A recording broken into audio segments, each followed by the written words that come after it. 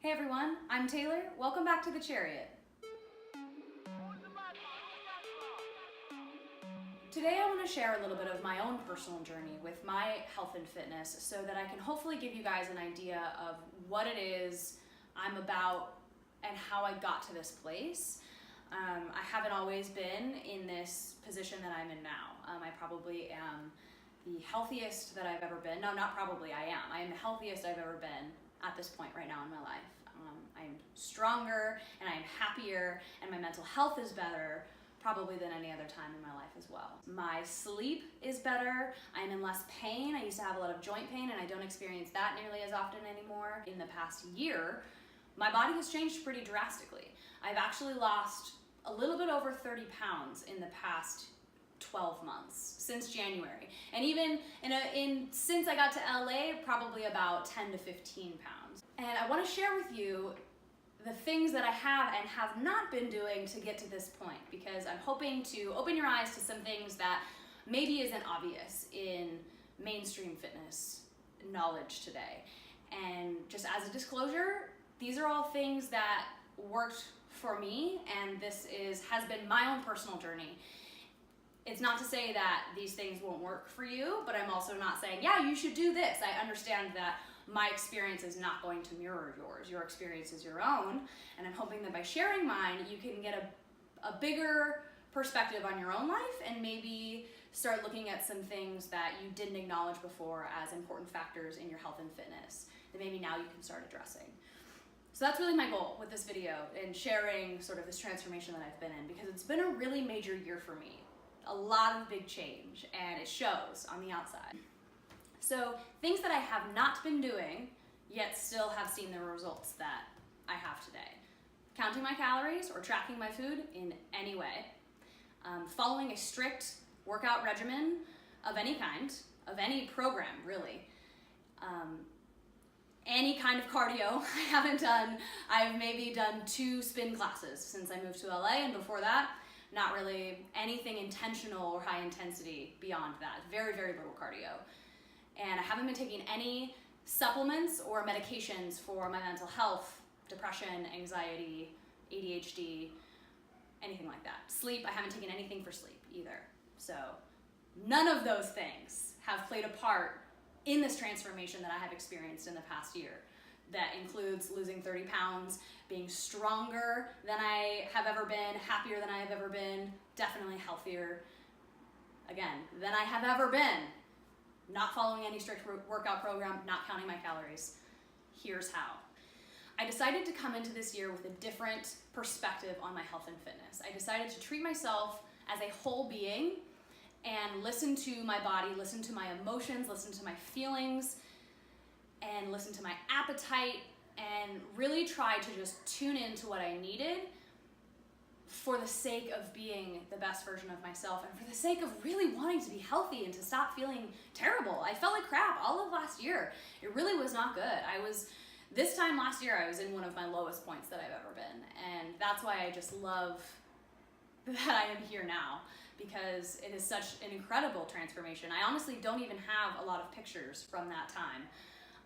All of throughout 17, I was kind of in the same ballpark in terms of body composition. So I have some pictures from earlier that year, but honestly, like early 2018, late 2017 was a rough point, and I don't even have the pictures to show, kind of the place that I was in. In an attempt to treat myself as a whole being, the year started out, I knew that I had to get a grip on some of my health habits. My eating was out of control. I've always struggled a little bit with binge eating, and when I'm depressed, that gets way worse. So I knew that I needed to hone that in and decided to do a sugar fast for a few weeks. I think it was probably for 3 or 4 weeks, nothing too long. I just cut out all added sugars. I still had some fruit, I still had a few natural sugars here and there, but I really was just cutting out all the crap that I tend to overeat, especially when I'm, eating for emotional reasons and not nutritious reasons. So I cut those out, and I definitely got a little bit more intentional with the rest of my eating early on in the year. So for the first few, maybe 4 to 8 weeks, I was a little bit in diet mode. I did a little bit of carb cycling, I was tracking a little bit more, and then I'd lost maybe 10 to 15 pounds. I was like, okay, I need to take a step back. I know myself. I know that when I start to diet too hard, I get way up in my head. I start getting obsessed with it. I can't let it go. It's all I think about. So I let go of the carb cycling. I had a friend and a trainer that I worked with at 24 Hour Fitness when I first got started, and he knew how badly I was struggling with my mental health, and that I think all of December last year I didn't work out one time. And I was still a personal trainer. I was actively training people and just could not bring myself to exercise. So my friend, bless him, he's amazing, KO, I love him. He said, okay, come in here, we're gonna work out every Monday on me. I couldn't afford it. I was super broke, struggling, and he trained me for free for about 6 months every Monday until I left for LA. And that really made a difference for me. I needed that. I needed somebody to hold me accountable and to be compassionate with me and take it slow and give me what I needed rather than trying to tell me that I just needed to do life differently. You know, he met me halfway and helped me in a way that really like kind of brought me back to my feet. And I'll always remember that and always be so grateful for what he's done for me. And so that was early in 2018, the first couple months, and then dropped some weight, and I really started to gain some momentum. As soon as I decided to move to LA, huge things started to happen. It was like, whoa, everything's changing, and a light switched on inside of me. It was really phenomenal. So I made that decision early February, moved end of April. So it really was a very quick turnaround, and that I think made a really big impact on my own physical health. I was all of a sudden very motivated to continue to pursue my best health because I was excited all of a sudden for this new thing that I was about to do in life, and I knew that I was going to come down here and be a trainer, and I wanted to, you know, have the physique to hold up to that, and it was suddenly a lot easier to stay motivated in that way. So that was definitely a big part of it. But some other things that I've been doing since getting to LA, really I feel like that's when some of the biggest change has happened. I've been moderately exercising for, you know, a few days a week for the past 6 months. There are definitely times that I've had to scale it back and take it way easier because I was dealing with some other health issues. I was listening to my body. The days that I would feel really fatigued and tired, I wouldn't work out, you know? I did a lot of mobility things. I worked on my posture and my joint strength, my ankle strength, and mobility through my hips and my shoulders and things like that. And it really has improved the way that I feel, the way that I walk and carry myself, the way my joints feel at the end of the day. I really needed to take this time to sort of care for my body in a gentle way and not in a really intense way. And during that time, I also started doing Kundalini yoga in the mornings. So my partner and I, we started in August and have every single day since we started on August 1st, I think, or like the first Monday in August. We have done a Kundalini yoga set every single morning, or at some point in the day. Usually it's in the morning, but it always happens. We have not missed a single day. That is the most consistent I've ever been with any kind of program ever, with any kind of practice, personal practice. And I have to say that that has made huge improvements in my core strength, in my mental strength, and my, you know, being able to meditate and actually take time every day to meditate and sit and breathe and just be has done huge things for my mental health and just for my overall well-being and my sense of peace and calm. You know, it's like I will say that all of these things have been very exciting and a lot has been happening, but it has not been easy. You guys have seen my past videos. It's been a struggle. I mean, it definitely is a good struggle, a wonderful, beautiful struggle, but challenging. And I came down here and said I wanted a challenge, and the universe said, okay, here you go. So I'm very grateful to be here.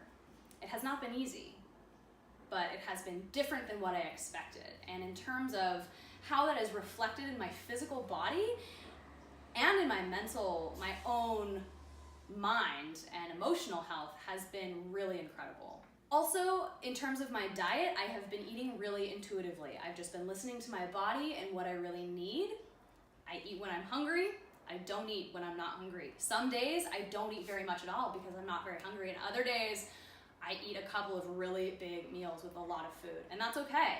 I eat what I want. I don't tend to track a lot of things, but I get a lot of vegetables. I get a lot of protein, fiber, and healthy fats. I love all of these things, you know? It's like I've been able to incorporate all of these foods into my diet way more naturally now that I cook 90% of my meals at home. And I've never been that way before, but since moving to LA, being on a budget and all these things, we cook at home every day. And I rarely eat out, every once in a while we do, but I think that has made a huge, really monumental change on my diet and the way that I process food. My appetite is way less. Like, I just get satiated so much sooner because I'm putting real food into my body instead of crap or processed stuff. I also usually don't eat until around 11 or noon, sometimes even later than that. It typically turns into some form of intermittent fasting, but again, it's not always super intentional. I'm just never very hungry in the morning until around late morning, early afternoon that I start to eat. But sometimes I still have to, eat dinner around 9 or 10 p.m. if my days are that late. So it is kind of intermittent fasting, but also my window sometimes is larger than that, and it just kind of depends. I do what I need to do, take it day by day, and I don't stress about if I'm sticking to a program or not.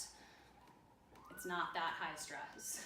It's gonna be okay. And it is okay. I feel so much better now that I don't have to think about it nearly as much. I drink beer, I drink wine a few times a week. I eat desserts and treats. I love candy, I love ice cream, I love Oreos. It's ridiculous. So I still eat those things when I want to, but it's not like it's all the time that I want them, and it's just moderation. And I feel like I've sort of released this pressure that food has on me and just intuitively listen to what I need and what I want and give my body the things it does need, right? Plenty of water, like I said, plenty of protein. When I don't get the things that I need, I can feel it the next day. I can tell, it's like, oh man, like I'm hungry, or oh, I didn't eat enough yesterday, or oh, it's like I had way too much sugar and now I have a sugar hangover, today. So those are all things that I pay attention to, but I don't track, and I don't look at calories. I make sure that my portions are balanced, that I'm getting all the micronutrients that I need, and really that's it. I'm not stressing about it beyond that. And like I said, I have a protein powder and collagen peptides that I put in smoothies. Those are two supplements that I use primarily just to get more protein and, again, kind of help with the joints and things like that. And then I take an amino acid complex and sometimes a B vitamin complex. And those help with muscle growth, they help with energy and metabolism. But other than that, I'm not supplementing in any way. I smoke weed every day. Usually at night, but sometimes in the afternoon if I don't have work, and that it actually tends to help me cognitively more than it does not help me. And I sleep, like I said, I sleep amazing, and my appetite is on point. And I just I'm not stressing about food anymore. I'm not thinking about it all day, every day. I'm just eating when I need to eat, and I'm not overdoing it like I used to. I also mentioned that I haven't been doing a lot of cardio, but I am very active. I walk a lot. We, take the train when we can, walk around LA. I know they say nobody walks in LA, but I'm from Portland and I love to walk around. So I do that quite a bit. And obviously my job is active. I'm training other people. I'm not super sedentary. So that is a part of it, is, my everyday life is typically very active. I also am a very fidgety person. So in terms of non-exercise activity thermogenesis, NEAT is what they call that, I burn quite a bit at rest because I'm constantly moving around, jiggling my legs. I get up and walk around and sit because I can't sit still very well. When I had hair, I would sit and twirl my hair. So there are lots of things that come into play in terms of energy burn versus energy consumed. I'm a licensed personal trainer. I know the science behind calories in versus calories out. I get how weight loss works. I'm just saying that by taking care of all these other things in my life, those things kind of sorted themselves out on their own. But honestly, probably the biggest thing that has changed in my life in this past year is the internal work that I've been able to do. And it's hard to talk about in terms of coaching other people how to do internal work because, like I said, it's not easy, it's not super fun, but it always feels so much better afterwards. And by that, I mean, I'm paying attention to my emotions and what I'm thinking and feeling. And when I have dark thoughts come up and dark feelings, I ask myself why. I ask myself what's causing that feeling and choose how to emote and respond to it rather than just reacting. I'm learning how to not just react to the things that I feel, but to pay attention and to think about them and ask myself, what's going on, you know? I journal a lot. I've been studying and learning a lot. I've gotten really into astrology and natal charts. I've gotten really into, you know, self-awareness and mindset and learning how to find that intrinsic motivation that we all have inside ourselves. It's been a really, really big year, and it's been huge in terms of my own personal development. And I think that honestly what I feel is that all of the internal work I've been able to do this year has led to this external manifestation of health and happiness. And like, I suddenly feel good on the inside and it's reflecting on the outside. It's really amazing. You know, I fell in love, and working on my relationship and learning how to live with somebody has been huge. And it's been so challenging and beautiful and amazing and everything I never knew I needed. So I just want to say that there are so many things that play a part in the outside appearance, and that transformation comes in a lot of different forms, and that we should be really looking at ourselves as a whole package. And when you start addressing things that maybe you don't think have to do with your body or even your mental health, your work-life balance, your relationships, your financial health, what are you doing? Are you pursuing your passions, or are you playing it safe? Is there something you've always wanted to do that you're not doing? The biggest thing I did this year was face my fucking fears. I jumped big. I took a big fat leap. It was risky and I didn't know where I was gonna land. And it has absolutely changed my life for the better, and I can't wait to see where I end up because of it. And I'm so thankful that I did. And if there's anything that I can encourage you to do to improve your health and fitness, it's take that leap, jump, do the thing that you're so scared to do that you can't stop thinking about it. Because big things happen, and sometimes there's not science to back it up and explain why things happen the way they happen. Give yourself the opportunity to treat you as a whole person and a whole being rather than a body that goes to the gym and that eats certain foods, and that's it, because that's not it. And there's so much out there, and I just hope that everybody can begin to find the inner peace and happiness and love that I've begun to discover this year. I know that there's still so much that I have to learn, and I'm so excited to continue to grow and change. And I'm excited to share it with you guys as I do, because as I continue to make these videos, I will continue to change. And that's, I mean, I have to. I'm all about growth, and I hope that I can encourage you to be about growth also, and to love yourself through this entire process, and know that the hard parts are just as important, if not more important, than the good parts. And ultimately, it's all good because it's all love. All right, have a great day. I love you all. Thank you for watching. I'll see you later.